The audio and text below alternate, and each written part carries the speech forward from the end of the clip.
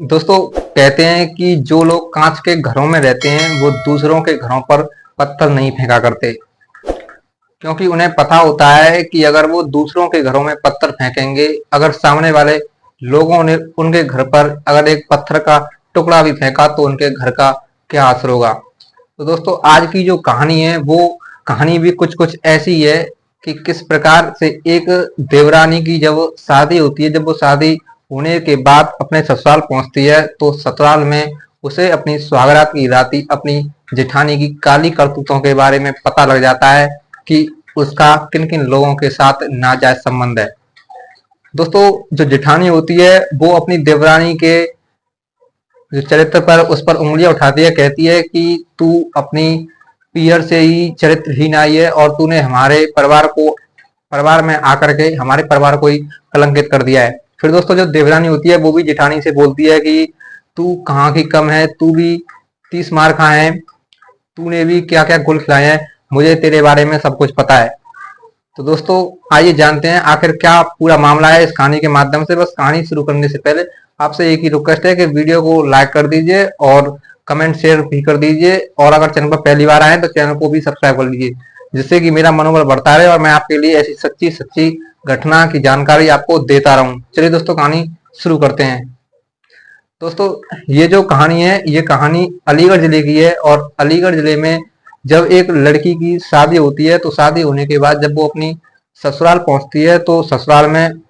सभी दुल्हनों की तरह उसकी भी सुहागरात होती है। सुहागरात की रात वो अपने कमरे में बैठकर अपने पति का इंतजार करती है। जैसे दुल्हन का पति उसके कमरे में आता है वैसे ही उसका पति भी उसके कमरे में आता है। उस दुल्हन का नाम मोहिनी होता है और उसके पति का नाम रवि होता है। जब रवि कमरे में पहुंचता है तो कमरे में पहुंचने के बाद वो अपनी पत्नी मोहिनी के पास बैठता है और बैठने के बाद धीरे से मोहिनी का घूंघट उठाता है। बोलता है कि मैंने तुमसे खूबसूरत औरत आज तक नहीं देखी है, वास्तव में तुम एक चांद का टुकड़ा हो। अब जो मोहिनी होती है वो अपने पति के मुंह से अपनी तारीफ सुनने के बाद खुश हो जाती है। फिर वो अपने पति रवि की फिरकी लेने की कोशिश करती है। कहती है कि हर कोई पति अपनी सुहागरात की रात अपनी पत्नी की तारीफ करता है, तुम अलग से थोड़ी हो, तुम भी मेरी तारीफ इसीलिए कर रहे हो क्योंकि आज हमारी सुहागरात है। दोस्तों, फिर जो रवि होता है बोलता है कि नहीं, हम कोई तारीफ नहीं कर रहे हैं, हम केवल आपको सच्चाई बताने की कोशिश कर रहे हैं कि आप वास्तव में चांद का टुकड़ा हो, आप वास्तव में बहुत ही ज्यादा खूबसूरत हो। फिर दोस्तों, जो मोहिनी होती है बोलती है कि अब पूरी रात हमारी तारीफ ही करते रहोगे या कुछ और भी करोगे,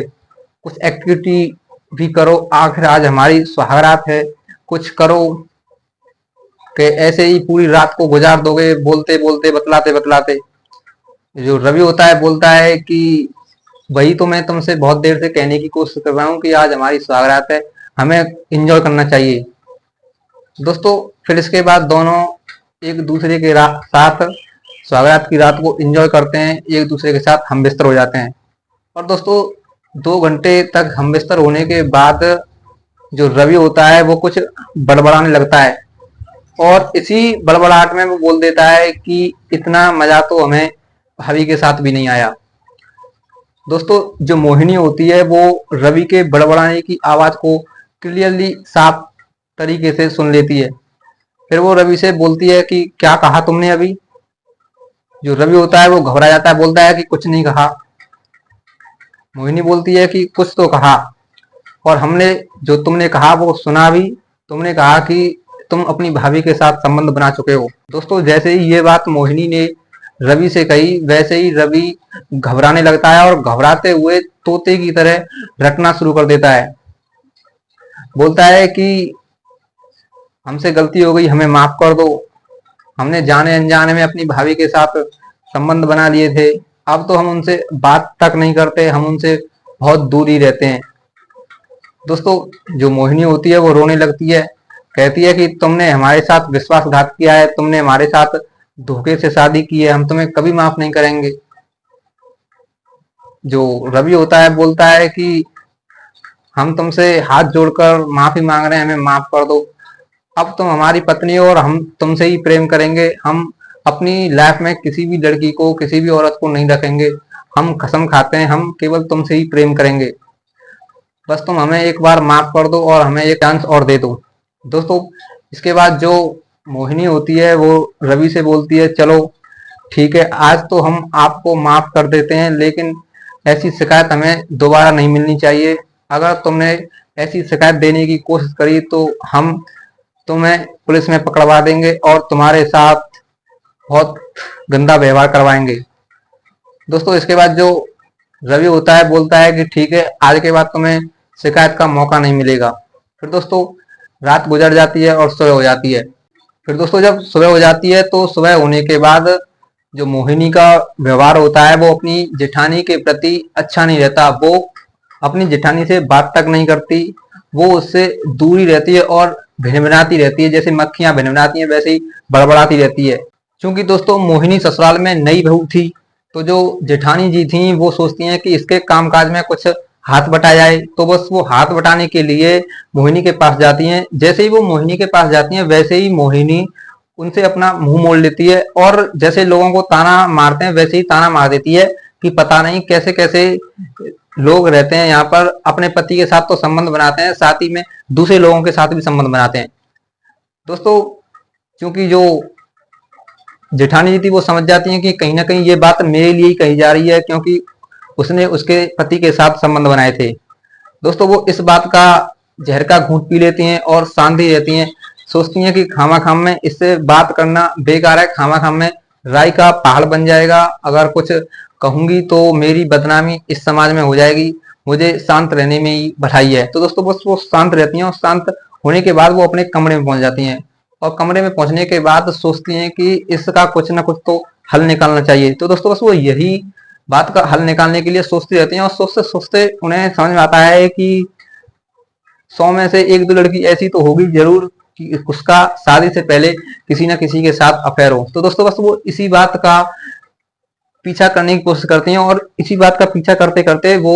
अपनी जो मोहिनी थी उसके पियर में पहुंचती है और पियर में पहुंचने के बाद उसके बारे में छानबीन करने की कोशिश करती है कि उसका कोई न कोई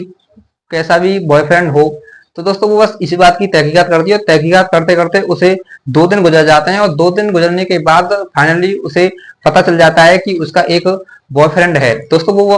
तहकीकात करते करते उस बॉयफ्रेंड के पास जाती है और बॉयफ्रेंड से बोलती है कि हम तुम्हें जो पैसे मांगोगे हम तुम्हें वो पैसे दे देंगे, उतने पैसे दे देंगे, बस तुम उसके बदले में हमें अपनी और हमारी जो देवरानी है मोहिनी है उसका फोटो साथ में दे दो। दोस्तों जो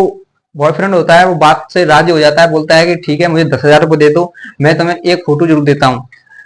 लेकिन दोस्तों जो बॉयफ्रेंड था वो बोलता है कि इसके साथ में एक शर्त भी है, अगर तुम इस फोटो को लेके जा रही हो पर इस फोटो को किसी को दिखाना मत। तो दोस्तों जो जो जेठानी जी होती हैं बोलते हैं कि ठीक है हम इस फोटो को कहीं भी नहीं दिखाएंगे, केवल अपने पास रखेंगे, हम केवल जो हमारी देवरानी जी हैं मोहिनी है उसे हम केवल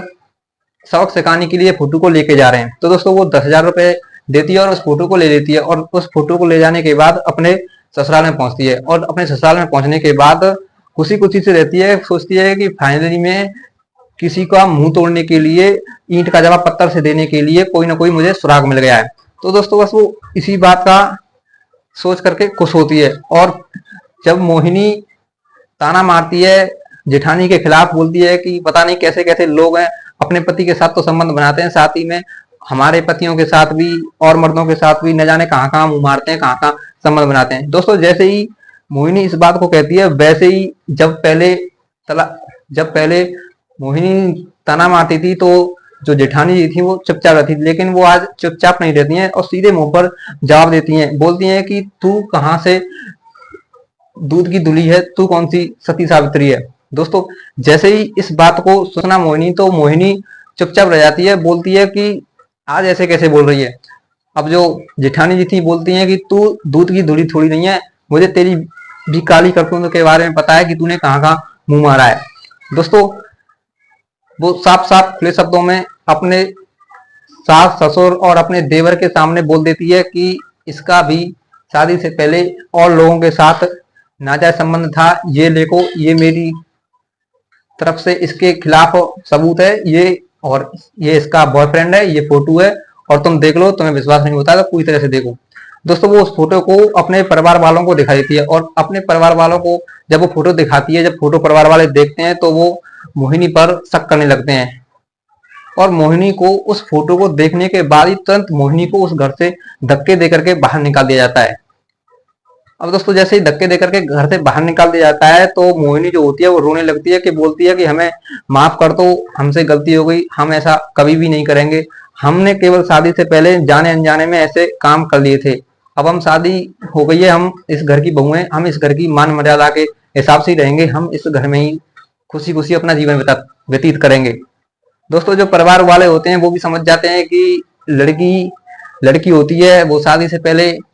जाने अनजाने में गलती से कुछ भी हो जाता है, लेकिन अभी वो एक बहू है और बहू के रूप में अपना पत्नी धर्म निभाएगी और अपने परिवार के साथ ही रहेगी। तो दोस्तों जो घर वाले होते हैं वो ठीक है बोल देते हैं कि ठीक है, अब हमें आगे कोई भी शिकायत नहीं मिलनी चाहिए। तो दोस्तों जो मोहिनी होती है वो शुक्रिया धन्यवाद बोलती है अपने परिवार वालों को, अपना पति का, और वहीं घर में सुखी सुखी रहने लगती है। और दोस्तों जो मोहिनी की जेठानी थी वो सीधे मोहिनी से बोलती हैं कि दूसरों के घरों पर पत्थर फेंकने से पहले ये देख लेना चाहिए कि मेरा घर कांच का है या मेरा घर पत्थर का है। अगर तुम्हारा घर कांच का है तो दूसरों के घरों पर पत्थर नहीं फेंका करते। वो अंग्रेजी में बोलती हैं कि who lives in glasses house they felt never stones at other home. जो लोग कांच के घरों में रहते हैं वो दूसरों के घरों पर पत्थर नहीं फेंका करते। तो दोस्तों इस तरह से जो मोहिनी की जेठानी जी होती हैं वो मोहिनी से अपने उस अपमान का बदला लेती हैं, और अपना अपमान का बदला लेने के बाद वो मोहिनी को सबक सिखाती हैं कि ऐसा नहीं करना चाहिए, जो बीत गया सो बीत गया, पुरानी बातों को, पुराने गड़े मुर्दों को उखाड़ने से कुछ नहीं होता, अपने आगे की सोचो और अपना आगे का कुछ भी करो। तो दोस्तों कैसी लगी कहानी? अगर कहानी अच्छी लगी हो तो वीडियो को लाइक कर दीजिए और चैनल को भी सब्सक्राइब कर दीजिए, और वीडियो को शेयर कमेंट करना ना भूलें। तो दोस्तों इस कहानी के माध्यम से आप सभी से केवल यही कहना चाहूंगा कि जो लोग कांच के घरों में रहते हैं वो दूसरों के घरों पर पत्थर नहीं फेंका करते। उन्हें पत्थर फेंकने भी नहीं चाहिए, क्योंकि खामखा में दूसरों के घरों पर पत्थर फेंकने से कुछ भी नहीं होता है, केवल अपने घर की नुकसान होता है, अपने घर का भारी भरकम नुकसान होता है। तो दोस्तों मिलता हूं ऐसी अगली सच्ची घटना के साथ, तब तक के लिए जय हिंद जय भारत।